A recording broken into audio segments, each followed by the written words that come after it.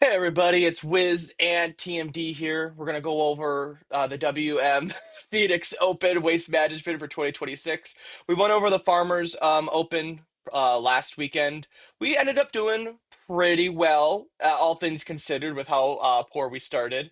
But this is now what, week four TMD of us doing this full time on the WizCord. Yeah, yeah. Trending up. I mean, last weekend was kind of fighting for our lives after Friday, realizing that the guys we thought would make the cut didn't. But I'm happy with how it ended because it's how we ended how we wanted to end. Yeah. What did you learn from round one to round three? Because your pre-tourney bets, you lost 5 units. Then in round one, you lost two, but you were insanely profitable rounds two, three, and four.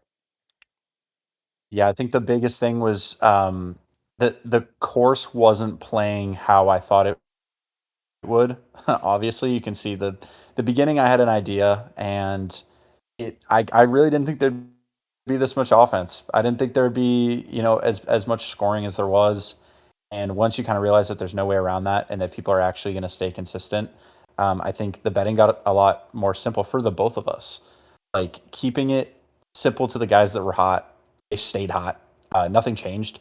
DraftKings going into Sunday, I know you noticed it when the lines were the same as they had been. They were easy. I mean, you went back to back sweeps. I think that speaks to DraftKings not adapting and us adapting. So, Well, I think it's uh, just I think a big thing of it, the reason why I was able to sweep back to back, which was recovering from a bad days one, two, and pre-tourney. So the sweeps ended up canceling everything out. But the sweeps were just, if you know what you're looking for in these tournaments, books are slow. They're really, really slow when it comes to adjustments. Because I can tell you right now, 3 straight days, I bet Justin Rose under 71 and a half strokes, and it was never a sweat. 65, 68, 70 after an amazing round one. The only reason that it was slightly sweaty in round four was because you could just tell that Justin Rose had this thing in the bag. Like he wasn't being too aggressive with a lot of his iron shots. sure, the man gets tired too. He's 45. It's That incredible what he just did. Yeah, that is true as well. And then anything you learned specifically going forward, or just was it in more just like that course? I think the biggest thing I learned was player specific. Like I'm not necessarily surprised because I know how good he is. But Siwoo Kim just really tearing it up. I think Chris Gotterup too. Hmm. Just they've stuck. Like they've been good every week.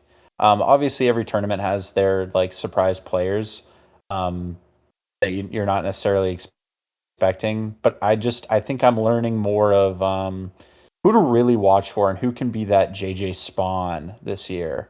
Like how he exploded last year. By the way, breaking news: he withdrew, so he's not going to be playing tomorrow. So that's a surprise. I think I forget who's stepping in for him, but I know it's yeah, early, but Siwoo for Masters is in consideration for me with how well he's playing right now. he would be pretty good at Augusta. It's going to be interesting to see how he fixes his putting, but if you get baseline putting from him, you're seeing him go low, Yeah. which is how lethal he is right now. All right. But let's talk about this course. And honestly, this is probably going to be the most excited I've been covering golf since starting earlier this year.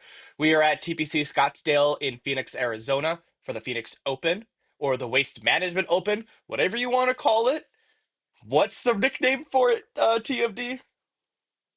Well, it's the people's open, but I've heard people call it the wasted management before. The greatest show on green is I've heard that before. The greatest show on grass is Greatest that show on is that what grass. the That's what it is. If people don't know what we're talking about, it is an absolute party in Phoenix for about for 4 days down there. It is nothing but just like frat bros and frat people screaming the entire course. It is a completely different vibe than what we have been used to in the last three tournaments. especially on 16, 17, 18, which we'll get to when we get to it. But talk to me about what we're looking at on this course, specifically with drivers and where we want to target certain golfers. Yeah, you nailed it. It's a driver's course. R71 a little bit different than what we've been seeing the past few weeks, but they take away one of the par fives and they replace it with another just super long par four. Um, it I don't know the exact numbers, but I think it was close to 86% driver usage last year, which is a ton. I mean, oh, last year it was 90%. The average historic is 86%. That's Gotcha. crazy. So naturally, you know exactly what you're looking for. You're looking for guys who can drive it. And another big thing about this course is that wayward drives will kill you. So accuracy comes into play here. Good drivers like Minwoo Lee, well, that's great, Minwoo, that you can really pipe it, but where's it going to go? So that's a big challenge that people have to overcome. But I think it's a mixture of driving and then how well does that second shot play? Because it's a second shot kind of course. Approach is huge. Got to land it close to the pin. The putting's easy, but like you you got to make sure you're controlled with your shots. So it's really that's what I enjoy most about this tournament is it's the best ball strikers. It's ball strikers paradise. So I'm Yeah, and pumped for we that. mentioned at Torrey Pines, at least our expectation was that there are no gimme putts between 10, 15 feet. This is almost the opposite. Anything under 15 feet, a good putter should be able to get a birdie almost every single time. Yeah, yeah. If you're within 8, like I'd really expect that ball to go in more than not. Mhm. We mentioned here about one of the longest driving distances. Anything on these that you specifically are monitoring when looking at favorites for 2026? Sorry, what was that? So If you look at my screen, I'm sharing a couple screenshots that you sent me talking about like the 16th hole, most balls in water by cores, longest driving distance. Anything here that stands out that you wanted to mention before we talk about the players? I was on another tab. You can see how I might have been very confused. Yeah. No, you're fine. um, that's just I like this screenshot because I think it tells, especially this one right here, tells what kind of golfer you're looking for. I do enjoy the fact that Scotty did it back to back in two completely different ways. That's very. Hmm. I don't even think that's very Scotty of him. That's just unreal. Um, And that was but before you his can like see. major breakout. That's when he was really coming up back in 2022, 2023, right?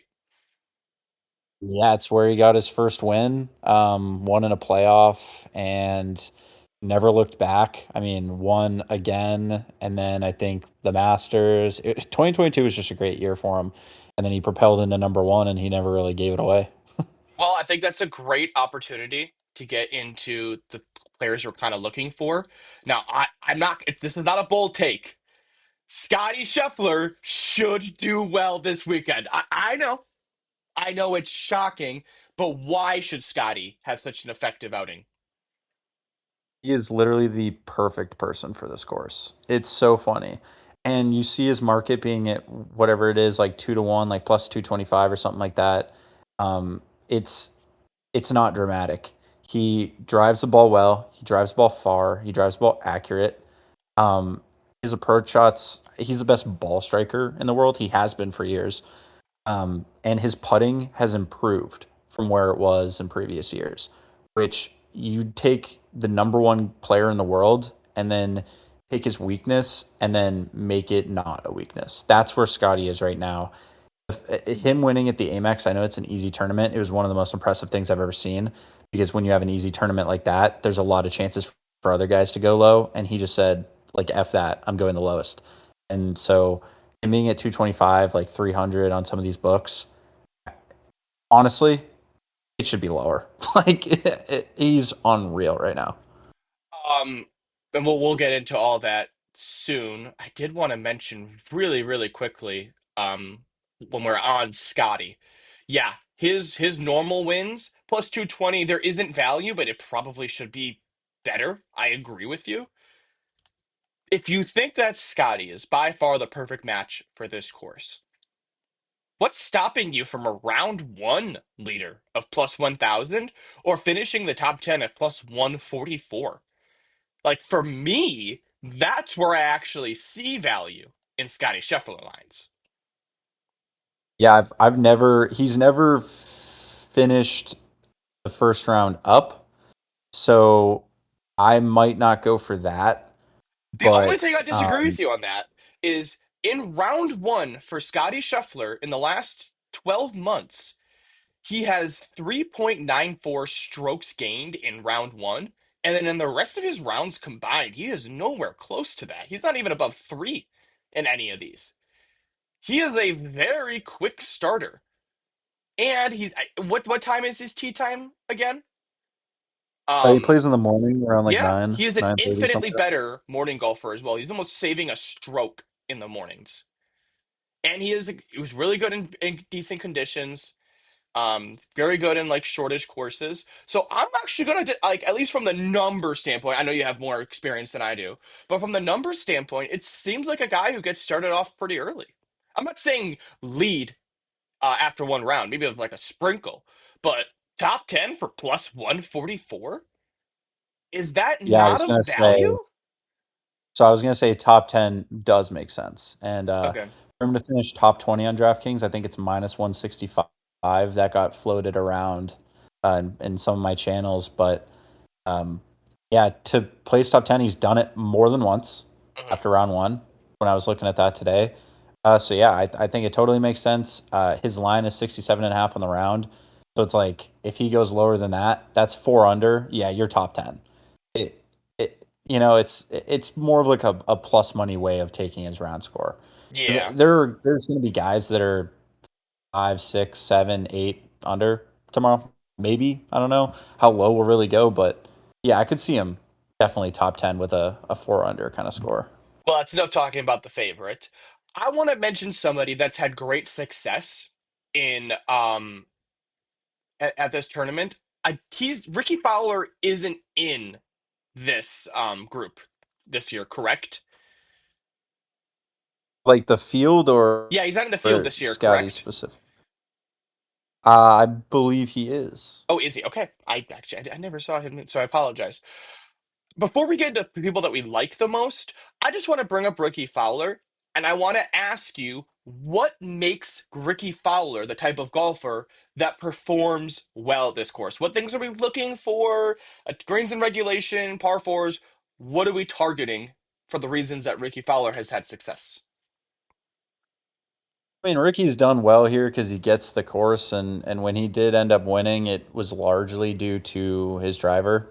Hmm. Um, that was a pretty good job, but I mean, he's generally a good ball striker. It's not something that like when people think like top 10 ball strikers in the world right now, you're probably not thinking Ricky, but he's someone that has a balanced all around game and can take advantage of the fact that this is a big stick course, and that's why he's finished so well. I know he gets it. He's yeah, like you're pulling up his history here, Scottsdale. Like it's good. He's had his flashes. Obviously, he's not the same player as he was, No, no, no, but no, no, no. And I'm not I'll trying to. never. I'm not trying to bring on the point to bet on Fowler this time. I'm just saying for a 4 year stretch, he was absolutely dominant here. And the thing that really stood out to me in my research, again, you may disagree or not on this. You have to get the course from an environment perspective. If you're not like totally into the vibe of people throwing shit at you and cheering you on drunkenly, and especially at hole 16, this is not going to be a place that you'll succeed in at all, in my opinion. Yeah, Ricky's leaned into it too. I mean, cue the clip of him in that whatever it was, that Red Bull shirt. I don't know. He's kind of he's an electric man's golfer, or at least was. Certainly a fan favorite, so they're going to be howling for him. I think he likes it. I think he's comfortable here. I know that the past 2 years haven't really showed that, but I do think he makes the cut this weekend. And I really would not be surprised at all to see him in Ricky a top Fowler. 20, maybe on the first page. Yeah, I Yeah, mean, there you go. yeah, there's this clip, and then it's him making this birdie, and then the whole crowd. This That's how you do it. hole You have to 16 is smile going a to be little bit. crazy. Can you kind of talk into like the markets for hole 16, the vibes of hole 16, and what makes this one of the more interesting holes in all of golf. Yeah, so I am a preacher of responsible gambling. However, a market that exists that I think is really fun that I will definitely be talking to. I'm meeting up with a couple buddies in Chicago this weekend for the Super Bowl, and I know that we're going to be watching on Saturday.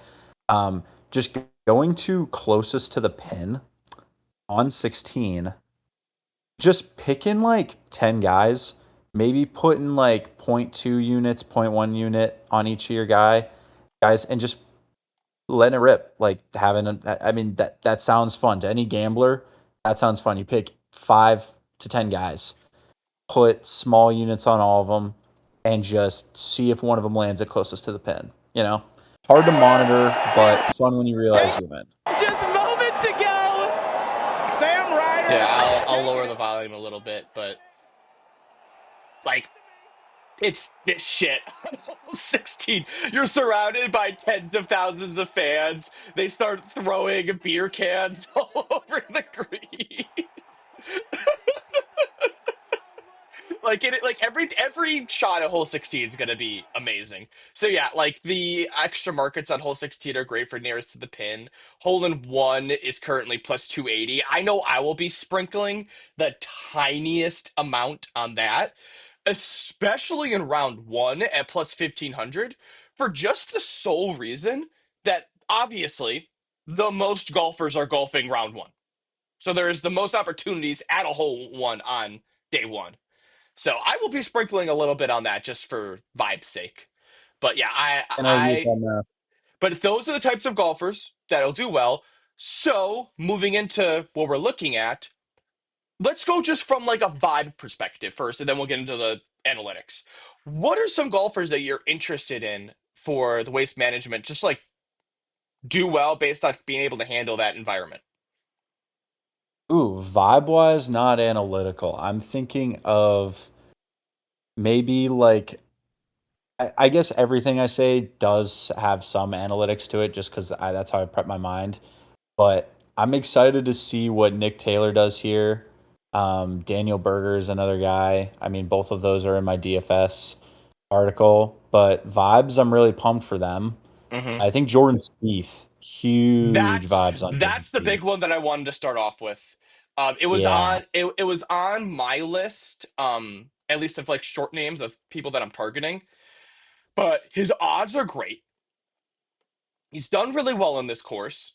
We were waiting for him to play well at the Sony, just to see like how he is. I thought he played great at the Sony, in my opinion. Like good enough, was bouncing around 68 to 69. He's clearly still got it. He is one of those big names. Now he's a big name that's low in the odds perspective, but every single time that Spieth is on the tee, he's going to have a massive crowd behind him, and he's going to be on TV all the time. yeah. And this is one of Spieth's favorites. The dude just produces um, at the Waste Management Open. Like he's penciled in for me. I think I will have a play for him to be top 40, maybe top 30. Just because the consistency is crazy, and even though he's not Jordan Spieth of 2015, it's still so obvious that he's great here. And yeah, I did enjoy watching him at the Sony, just like you is like it was good. So I'm on it. When he was in He's his my type of golfer. prime, he finished seventh and ninth, and then during around the COVID era, he really just fell off just from a golfing perspective. But the last 3 years, tied for sixth, tied for fifth, tied for fourth. His total game has been great. His putting has gotten better in the last couple of years here. And the big thing that we like, I know this is a driver's course, but if you could get the ball 300 feet, if you were elite from that 150 to 200 range on this course, you are just going to dominate. And Spieth is one of the best at that range. Yeah, I think it's a 150 to 175 bulk. I think that makes up over like 25%, somewhere in the 20% of all approach shots. Hmm. So yeah, it's those first two shots, man, they're everything. But I wanted to talk a little bit more about Nick Taylor because he was on both of our lists. Specifically, I know we liked him at the Sony, and he just dominated the Sony Open. He was so good. Because in the Sony, we were looking at not long drivers, not long bombers, but insane accuracy. And his fairways hit were phenomenal in that tournament. Um, why do you really like him here? So yeah, that driving accuracy is going to be the same. That's definitely something I'm looking forward to. He's a good enough ball striker to always keep him in that top bubble. And another thing I like is something that I think we don't have with guys like Siwoo, Goddard, is that while they may be great ball strikers, Nick Taylor finishes holes. Like he's an excellent putter, Mhm. and he has great history here. I'm not sure if you're aware of this, Wiz. I know you know he won, but in round one of that year, he went 11 under on round one. He shot a A 60, 70? which is A 60? incredible. I'm sorry, a 60? He Wow. shot a 60, 11 under. I mean, that's what Okay, I love about Nick but Taylor. He does has that that like ability. if you when you're betting on somebody like Nick Taylor, are you more focused on betting him early in rounds one and two rather than a full tournament finish bet then? Or do you almost want to target both of them with that knowledge? You know, I am thinking about targeting him on days one and two, but that's not just because, he had a good round one, so I'm going to look for that again. There's a lot of people, a lot of tipsters, a lot of cappers that are on Nick Taylor this week, and I can see why. I'm not going to put a full one down just because he doesn't, as you can see on your screen, Wiz, there's red. And I'm so effing paranoid about pre-tournament to the point where I'm only sticking with the guys that I'm sure about. And I don't know if I'm sure about him all four rounds, but definitely I will be taking him for round one, I believe. So to answer your question, he's the guy I'm playing round score tomorrow, but not the full ways. Gotcha. Let's dive in a little bit more. Obviously, we talked about Siwoo. Mentioned for the Masters, but this is another great opportunity for him. Somebody who's done what is it, three consecutive top 15 finishes in all three opens this year. But if I remember correctly, he doesn't have great success here. I think he's been fine recently. I believe he's made the cut the past 3 years, could be 4 years too. Maybe some top 30 finishes if I'm correct. One top 20 finish, was missing the cut back in 19 and 20. I guess for top 20, like 26, 23, 12, and 21 are good. But I'm talking like he's not finishing where he has been the last three opens, is what I'm saying. Is that do you see a top 15, top 10, possibly him winning upside with Siwoo? Or would you rather play it safe and take like a cut line for him? He's too expensive on the cut line for me, but I do have him almost completely penciled in for a top 30 finish. He's playing, I mean, stretch wise, I mean, this is some of his best golf. He's not winning, so I can't necessarily call it his best, but, the consistency's great. It's a ball striker's course, and he's one of the best ball strikers right now. The putting on Poe Trivialis is just to make that easier for him Hmm. because that's his weakness, is putting. If you can get an average putting, like I'm not talking about one stroke gain, like if he just doesn't go into the deep negatives, yeah, he's gonna put up numbers, and I really like him. You know what I mean? He's Let me he's ask you accurate. this with the putting. When it is an easy putting surface in green, like we do have here at the Phoenix Open, Waste Management, whatever, would you rather target guys that's weakness is putting who are better in other areas, or would you rather target the best putters out there? I definitely think it takes away from the need to try to target a great putter. Like Okay. I know that there's a lot of people that love Sam Burns here. He's an excellent putter, but he's great at other things. I don't think you're necessarily looking at, Denny McCarthy and saying, well, he's always going to keep it, he's always going to be in it because he can putt, he can finish holes. I think what matters much more is the ball striking. I would more target someone whose weakness is putting. But in the back of my mind, I still think about how people like Corey Connors can really putt themselves kind of out of a tournament. Yeah. Uh, All Corey right, Connors is Harry. another guy who's great here. Harry Hall, I'm sorry. This isn't your tournament. I'll be back to you at some other time. Yeah, he'll um, he'll be good, but I don't think he no, no, possesses no. the bag. I agree with you. I do want to mention your wagon so far. If there was a TMD wagon of 2026 so far, it's Hideki Matsuyama. You have been all over this guy, targeting him in nearly every tournament. Why do you like him again? Wouldn't you wouldn't you guess it? I'm taking him again. He's probably my most confident full tournament bet. Um, yeah, definitely thinking about that top Japanese line again. He's excellent here. Like back to back winner in I want to say 2016, 2017. I think you're correct. Yeah. Just dominant. Throws darts when he gets going. He's one of the best. He's, I believe, either the second or third best within the 150 to 175 yard range. That's his specialty, and as long as he keeps it in check out the box, he'll be good. He'll score. He'll do it in bunches. I'm predicting he'll have two insane days. Not sure when they'll happen. That's the thing about Hideki Matsuyama. You don't really always know when they're going to happen, but I know that here he's a highly tipped guy too. He'll be phenomenal this weekend. He possesses everything that you need at this course.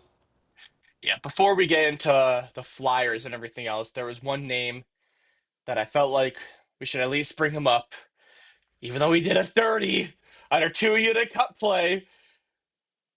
Why do you have I was going confidence to in say Mr. Consistent, Mr. Xander?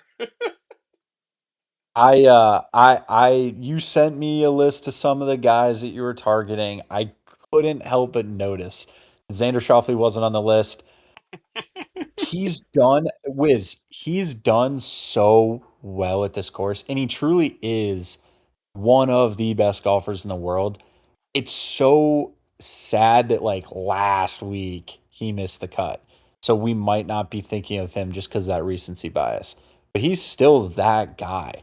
This course six times. Look at that. He's top 20 every time. His line for round one is 68.5. He's hit that under every round one that he's played here. He's just been phenomenal. I will Desert King, man. He just I doesn't know will when. admit Xander, like he brought in my inner Andrew, where I wanted to put up a notes app and write him on my ban list because of just how poor he played in the Farmers at Torrey Yeah, Pines. and it's But if there's a guy you just can't put that up on. yeah, but if anything, he got 2 extra days of rest to prepare mentally. Oh my gosh, I did terrible at the Farmers. I got to do better here at Waste Management. So no, you're absolutely right. I should probably, because our most profitable bets are the ones where we retail a loss. And like, 'cause and the thought, like, how many times did that happen? The last two tournaments that we did, when we miss a bet, and then the next day they're either great or terrible. Like if we faded somebody and then they had a great outing, the next time they hit like a 75. I feel like it happened Oh so yeah, many who was times in the that? last 2 weeks. Yeah, and this is the guy. This is the second best golfer in the field. This is probably the guy after Scotty that is just unreal and made for Mhm. this course. So Is there I anyone else that you wanted to mention before we talk about lines? Yes, there is. There's one man that I really want to. I'm gonna pitch this guy to you real quick. Oh, so that is My this the guy that you talked to me about before? Who you want to back? Yeah, I've been thinking about this man all day. Pause. Let's do it. Uh, I I love Kurt Kitayama this weekend. I'm obsessed with it. Looked at the numbers. I mean, he's 70 to 1 on FanDuel. Love it. I'm I not will interested in immediately the without say Scotty this is lines. the graph that we're looking for. We're looking for at least average driving accuracy. Your putting doesn't have to be good, but your distance has to be a bomber to the point where you could get about 300 yards and then get the roll on a lot of these greens on the fairway. Because what I noticed on this course is that about 275 to 300, if you can hit it that far, you can not only skip some dog legs and some bunkers, but that ball going roll for a bit. And the most important thing, we're looking at approach. Just, I didn't want to interrupt you. I just want to show you from like a casual perspective. That's the graph that I'm looking for. Oh yeah, and that's it. He's sneaky, one of the best ball strikers. Can do it from deep too. great greens in regulation guy. Goes for the greens on par fours, which is what I'm looking for. Going for green percentage is nice. He's played fantastic at TPC courses. He was the winner of the TPC Twin Cities, the 3M Open, which I was at with my girlfriend this summer. It was awesome. But he's also one of 7 players in the last 10 years to finish top 10 at TPC Summerlin and TPC Scottsdale, which they are. Summerlin is like the comparable course to this. Hmm. So that's crazy. The downside is that he's not the best putter, but this is the easiest surface, and he's gained strokes putting here. I think 2 out of 3 times. Yes. That he's Last played at time he TPC. finished tied for 49th and he lost strokes, but when he tied for 8th, he gained a stroke putting, and then when he tied for 23, he gained 0.78 strokes putting. So, if there was a course you were to ever take Kitayama at, I would assume that it's this one, correct? It's this or something with TPC in front of it. Obviously, he won at Twin Cities, but it's this. If I'm playing one and done, I'm probably not taking Kurt, but I'm thinking about it. I'm Okay. really thinking about it, and he's definitely my favorite value guy to win this tournament. He's a great round four guy too, is which I know historically being able to close out Sundays, it's a really big deal, especially at this venue. Oh yeah, this is what I look for right here for finishes. Yeah, I look for that stuff right there for sure. Before we get into the odds again, anybody else you want to quickly mention? Oh, to tell you the truth, I wish I could mention 20 other guys because I do think that there's a lot of people that deserve recognition. I'm just going to quickly hover over a couple Okay, just because I know that there's guys that model well. Pearson Cootie's going to do well this weekend. okay. Nikolai Højgaard, the guy that we teamed up on last weekend, he'll do great. Maverick McNeely is going to be phenomenal this weekend. Um, I'm a little worried about Chris Goddard. I don't know how he'll behave here. I'm not totally sure on Ricky, although I think he'll be fine. Um, Corey Connors, I think, is going to ball out. And if you haven't taken a deep dive on Corey Connors this week, Wiz, when we hang up this call, if you have any more time, I'd look at the con man because he's already won me a couple bets this year. I think he's going to do great. And I have to mention Brooks Koepka Yeah, because this I was is about to like say a force. we gotta at least mention him. I, he's switching his putter. It's his first time back here. I'm sure he'll make the cut and crack the top 40. And that's as far as I'll go. I don't Mhm. think he's contending.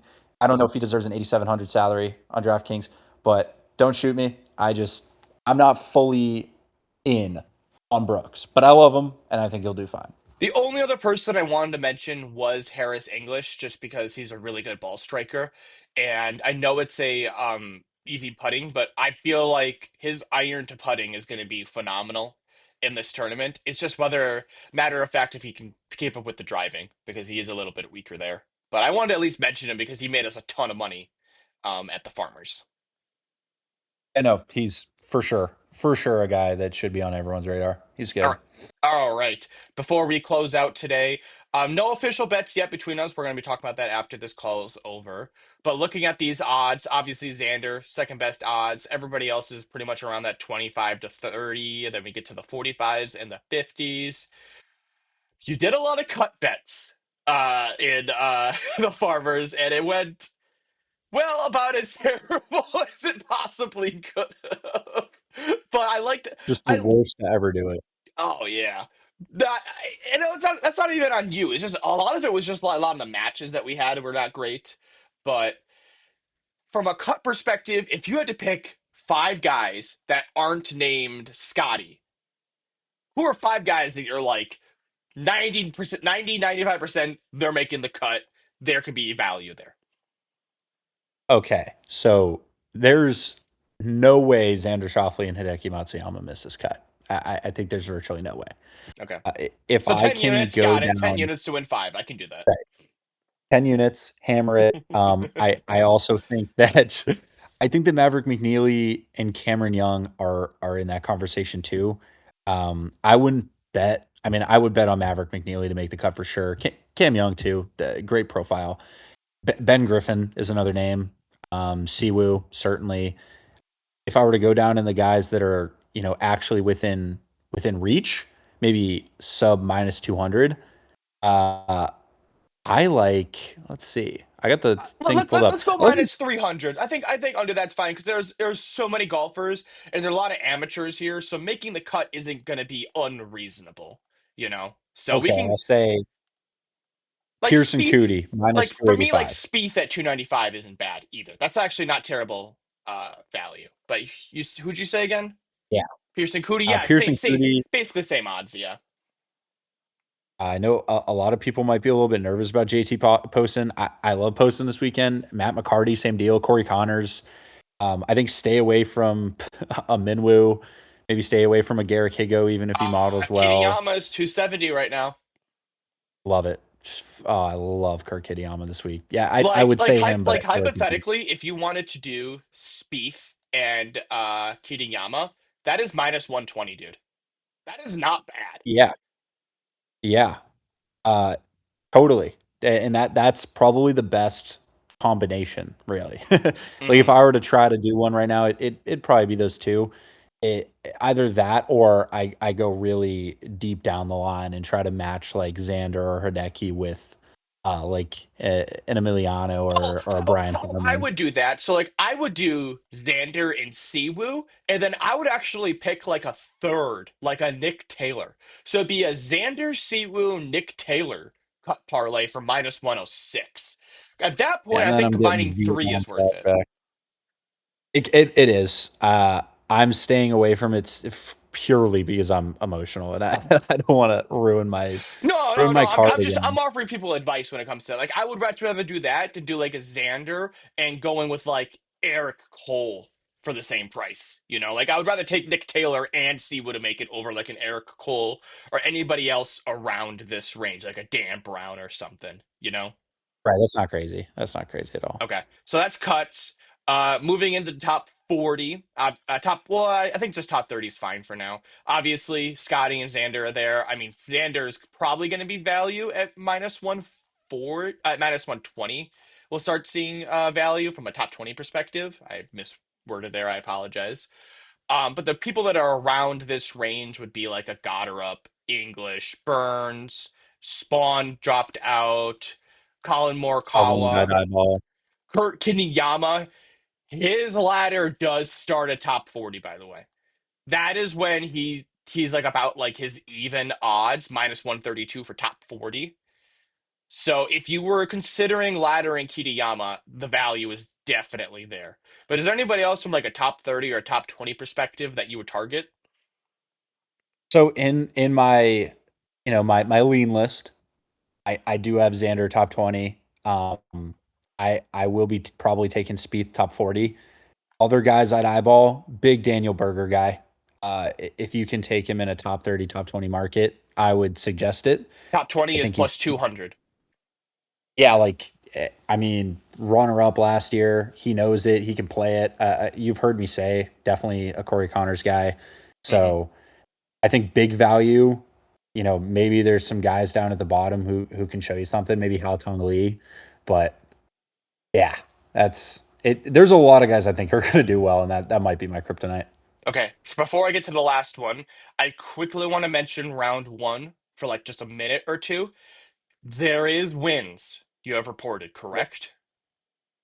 There are wins, but I'm going to try not to get emotional while saying this. I have seen so many people report on the weather from a place where the tournament is not.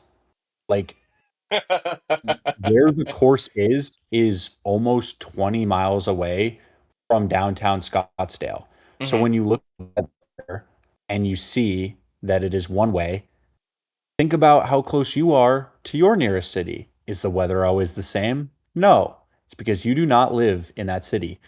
So if you go I just learned of this site today. Andrew put me on because Andrew in our Discord chat incorrectly reported on the weather, and it drove me crazy.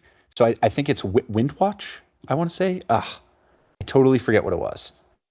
But if you go to my Twitter, I tweeted about it. Oh, Let's you see did? what it says. It is from windy.com. You can look at the course specific weather. It will show you the weather from that very course. Um, and that's where you're going to get the most accurate. It's double digit wins. It's going to be low double digit wins. It's going to be 11, 12, maybe 13, 14. It'll die down as the day gets Oh gone. my And God, it's nothing. It's a little, but the gusts are kind of there, but it's not like what I was expecting. It's 6 mile an hour right, consistent winds, and then for the rest of the tournament, it's nothing. Okay, so for tomorrow's the where you early got round people in round one, meh. Which kind of leads me it. to my point that I wanted to make. If we are trying to learn and we're trying to be better golf cappers for the way that we're doing it, I want to propose a strategy that we should keep in mind going forward. If we're going Shoot. to do cut stuff and we're going to do finishes, which I love doing, do you think it's smart to not play heavy round bets in round one just to see who's playing well and what the course is like and how the field is doing? Because what I have noticed is the lines don't change from round to round. Whatever they're going to be round one and round two, they're pretty much going to be till round four. Oh, Wiz, you nailed it. Um, there are so many guys that I'm just waiting on. Hmm. So yeah, I'm thinking Yeah, like two two, plays. and honestly, one of them, the, your uh, in my in my round four and my round three, I put on my hat and I went, "Ooh, I'm Mr. Chalk. I'm gonna bet on Justin Rose, Chris Gotterup, and Siwoo Kim." And then round four, Chris Gotterup. Harry, like I just bet on the same guys and they're good guys, you know. So Mr. Chalk, I called myself. I'm probably gonna bet on Oh Scotty yeah, round one just because I think there's value in Scotty specifically, you know, especially with the wind, the slight wind. You know, like that might be one of my bets. I'm gonna be honest. it's not crazy. I'm waiting, and I think no matter what, I think I'm going to bet him round two. I mean, it's I shouldn't be 67 and saying a that half round as a one. Like he's capper. the only person that has a 6, 7.5 line, and I think it's too high. I don't think it's Conservatively, I think he'll shoot a 67 tomorrow. I bet, yeah. and then I think the day after that, I think he's going to shoot like a 64. So Okay. that's why I'm waiting on that. No, that's interesting for sure. So, all right. Last thing, and then I'll let you go. You can pick Scotty. That's fine. Give me 5 names that have value to win the whole thing. It have value at where they're listed, Yeah, like on DraftKings. Okay, sure. No, no, not okay, even we like can for do value. that. Just 5 guys that you want to bet. Let's just say that. Okay. Oh, okay. So, all right, Kirk Kitayama, Well, shocker. yeah. I figured that was going to be where you started. I'll say Nick Taylor, Sam Burns. I'll say Corey Connors. I've said it a bunch, but I'll say it again. I think that value wise, Sep Straka, watch We out. didn't mention Definitely Seth, but that is something that I've seen a lot of people really like in this tournament. Yeah. Hideki doesn't have crazy value, but I think that he's, priced where he is for a reason. And Hmm. he's heavily tipped. I think he's a guy. And then lastly, I will say, I'll give you a long shot. I'll say Billy Horschel. Why Billy Billy Ho. Horschel? I think he possesses what you need. He's not a guy I'd bet on, but if I needed a long shot, I'm looking at Billy Ho and I'm like, you know what? You might be able to do what I need you to do. Hmm. Um, One thing really quickly again before I let you go because this is an important conversation in just golf capping in general. At what point do you start doing winner without markets without Scotty Absolutely Scheffler? never. Never. I understand why, but it's you're betting for second place, and if Scotty does win and your guy comes in second place, he's going to be tied with two to three other people, and then you're doing dead heat. I think the value lies with top five ties included. Obviously, you're going to be looking at way different odds, but I think your likelihood of bringing home good money is better in that market than it would be for the without. I know a lot of So people are playing if it. you're saying if people are scared of Scotty, you should go to the top five market, including ties, instead of the winner without market. Yeah, that is what I'm recommending. That is a financial recommendation. I would just wouldn't do the without. I mean, I would either take it, winner just as is, or yeah, that top five. Or All how right. about this, guys? Let's just bet Scotty Scheffler. Put a win in your Which, pocket. hey, you Why might not see just get a Scott. win? You might see Scotty. So, all right, TMD, thanks for pulling it up, man. I'm excited to do this next week and every week going forward. We'll improve the method for this as well. Hope you guys enjoy. If you did watch it, leave a comment. Let us know that you made it through the whole thing and that we should do this more often because this just helps us with our research process as well. So, all right, guys, I appreciate you tuning in.